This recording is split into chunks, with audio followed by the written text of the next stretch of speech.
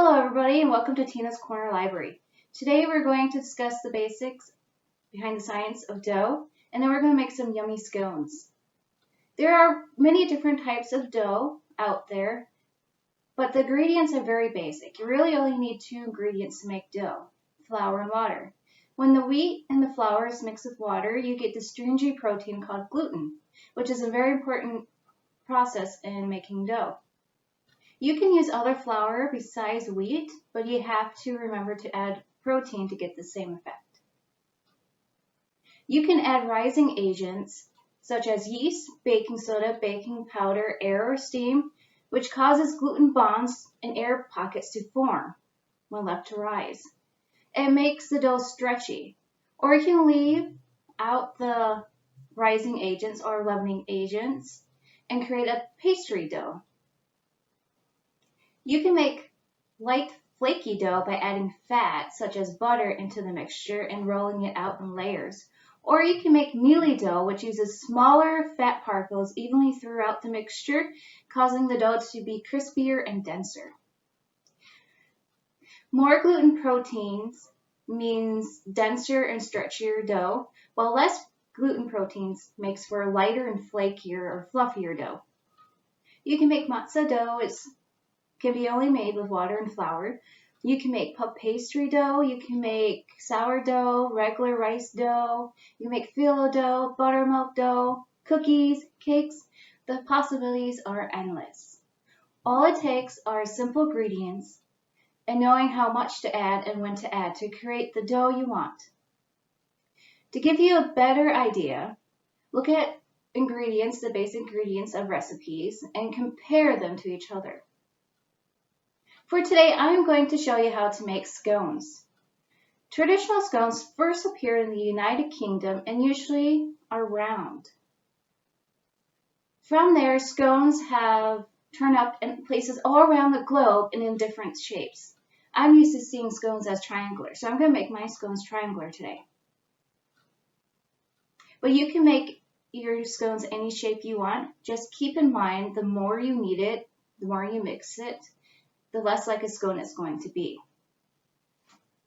The order in which the ingredients are mixed is also very important. You need to mix the butter and the flour together to make a coarse mixture first. The butter will act as a barrier against the formation of gluten proteins. Because remember, we want less gluten proteins in here in our scone mixture to get that flaky, crumbly achievement. And also with butter, when it melts during the baking process, it will leave an open break hole, a little smaller than that, which will allow you to break the scone apart easily, which is what you want. So once you have that all together, you need the milk to bring the flour and butter together to make the doughy consistency. And then you have salt and sugar for flavor. You also have a rising agent. You can use either baking powder or baking soda, but keep in mind baking soda actually needs an acid to react with it to create the rising effect, whereas baking powder is baking soda mixed with cream of tartar, which is an acid, so it's already ready to go. For this recipe, we're going to be using baking powder. Then, with your scones, you can add whatever other ingredients you want for flavor. I am going to be adding white chips and butterscotch chips to my scones. But you can add whatever kind of chips you want. You can add peanut butter chips, chocolate chips. You can also add dried fruit to your scones if you want a fruity scone instead of a more dessert scone. But keep in mind, don't overmix your scones. Okay? So to begin, we're going to add our flour and our butter first so that we can get that flaky, crumbly consistency. So you need 2 cups of flour for your scones. And don't worry, at the end of this video, I will include the recipe.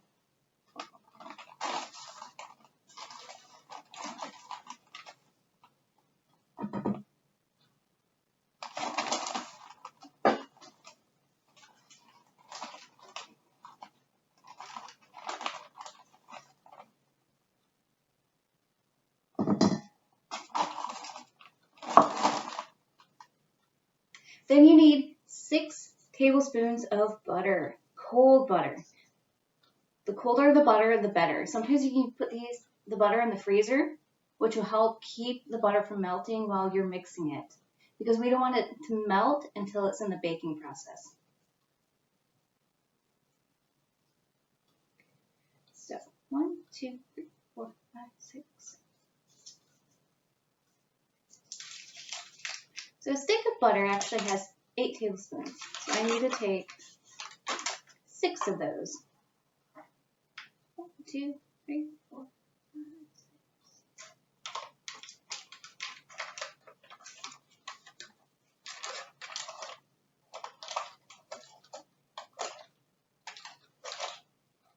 6. Just kind of chop it up into the flour.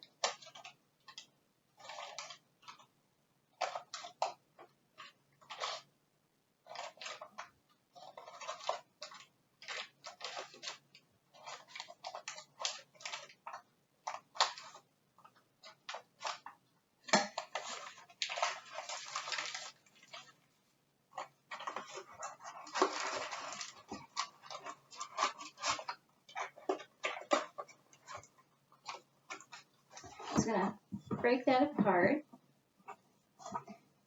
into the flour. We're gonna break the butter apart into the flour, so that we can get a coarse mixture, not too fine. Just looking for that coarse mixture.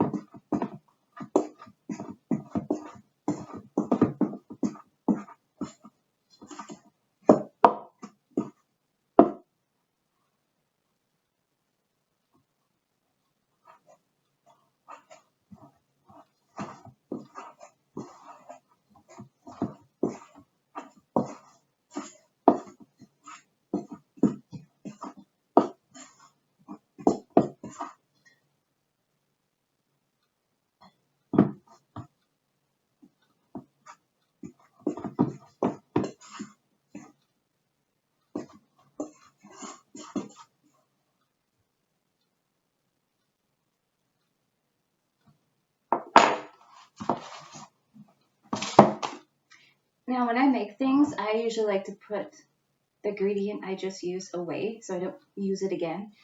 But you can make however you're comfortable baking. Just going to shove those off to the side. Alright, we're going to set that off to the side. Next we're going to put our dry ingredients into a separate bowl. So we need 3 tablespoons of sugar.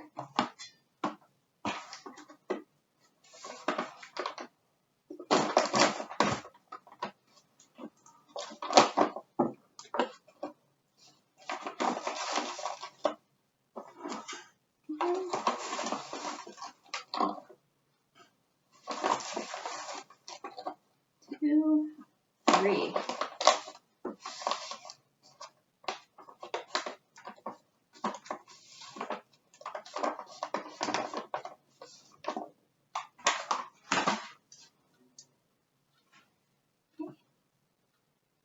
We need 1 tablespoon of baking powder.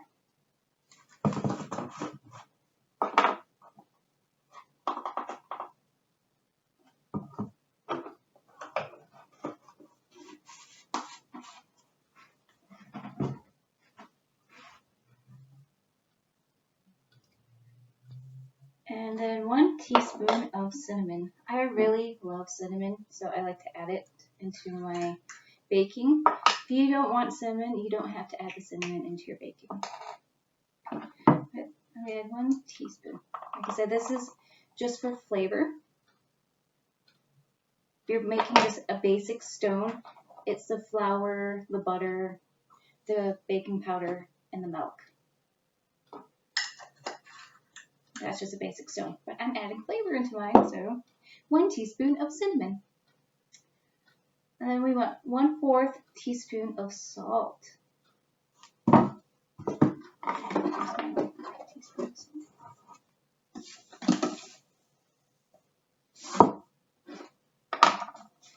bit of flavor. 1 teaspoon of, actually no, that's it. Those are my dry ingredients. So I'm just going to mix those up.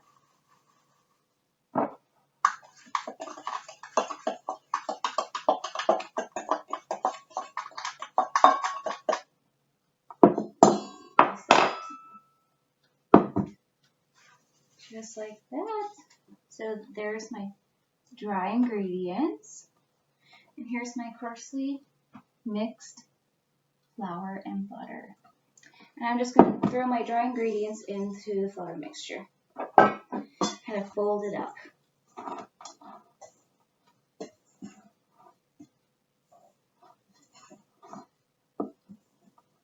Now you haven't added your moisture or your milk to the dry ingredients just yet, so you don't have to worry about mixing it just yet.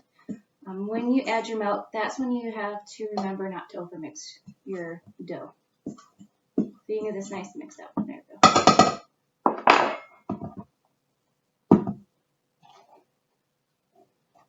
The next step is to add your wet ingredients, your milk, your eggs, and your vanilla. So I'm going to add, let's see, 1/2 cup of almond milk. You can use whatever type of milk you want. We just drink almond milk in my house, so that's what I had in my refrigerator. So 1/2 cup of almond milk, or 1/2 cup of almond milk.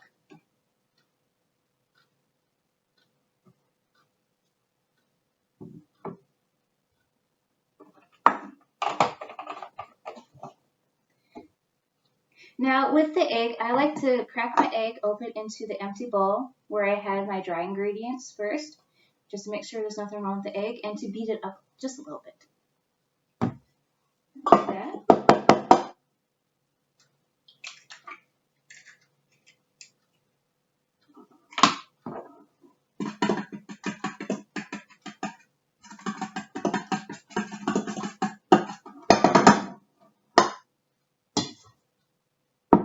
Now I'm going to add that into my big bowl.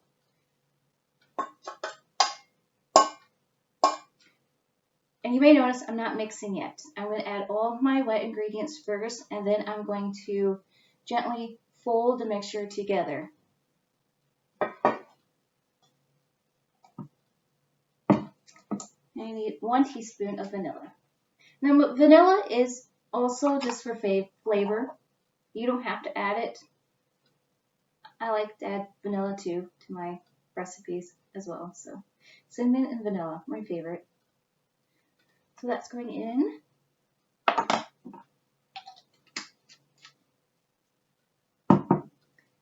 Now I'm going to fold the mixture together.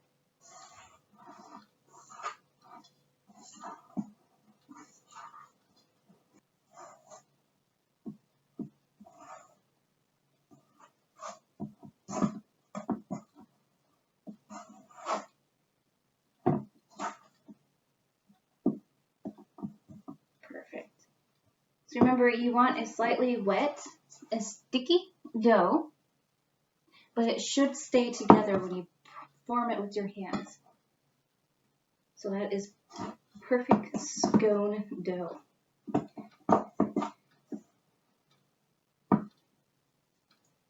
And that's good. I'm not going to mix it anymore.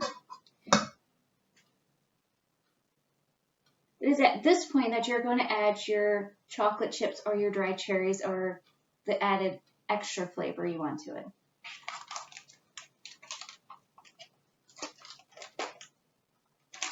Dried fruit. You can add nuts at this point if you want, some almonds, some pecans. It's up to you. It's your scone. Go wild. I'm going to add 3/4 cup of baking chips. So whatever you add, keep it under 3/4. If you add too much, the added ingredients, the nuts and the chips, they're just going to fall out of the dough. So I keep it at 3/4 cups of added yumminess. So I'm going to do 3/4 cups of baking chips.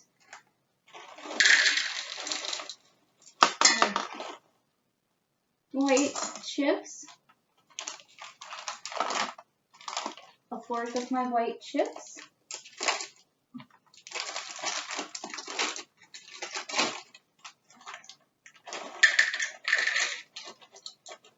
Fourth of my butterscotch chips.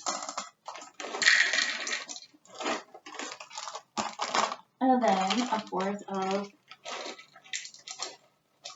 white chips and butterscotch chips.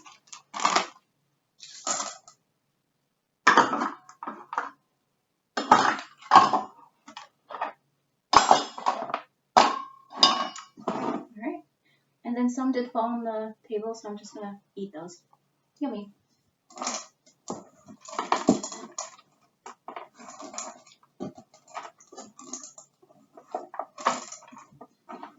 Alright. Gently fold the chips into your dough. No mixing, you're just folding in on itself. Just kind of like folding it up from the side into the middle. There we go.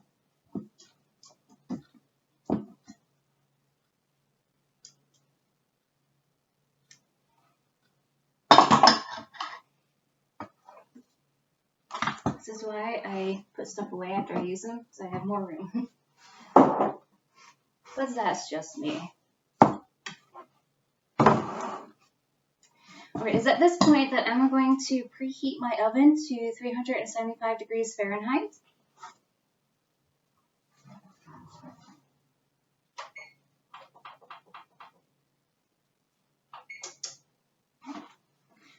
And then line a baking sheet with parchment paper.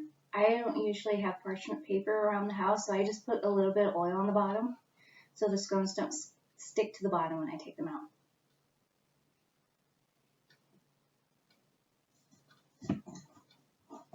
Alright. This is where you get a little messy. I'm going to put a little bit of flour on the table.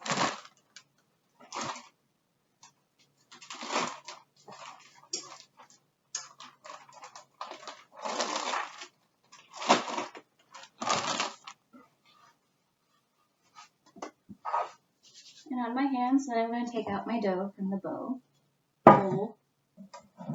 From the bowl.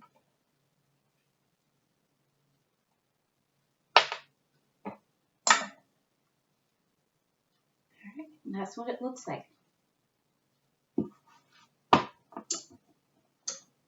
Next, I'm going to cut it in half into two balls, roll it out.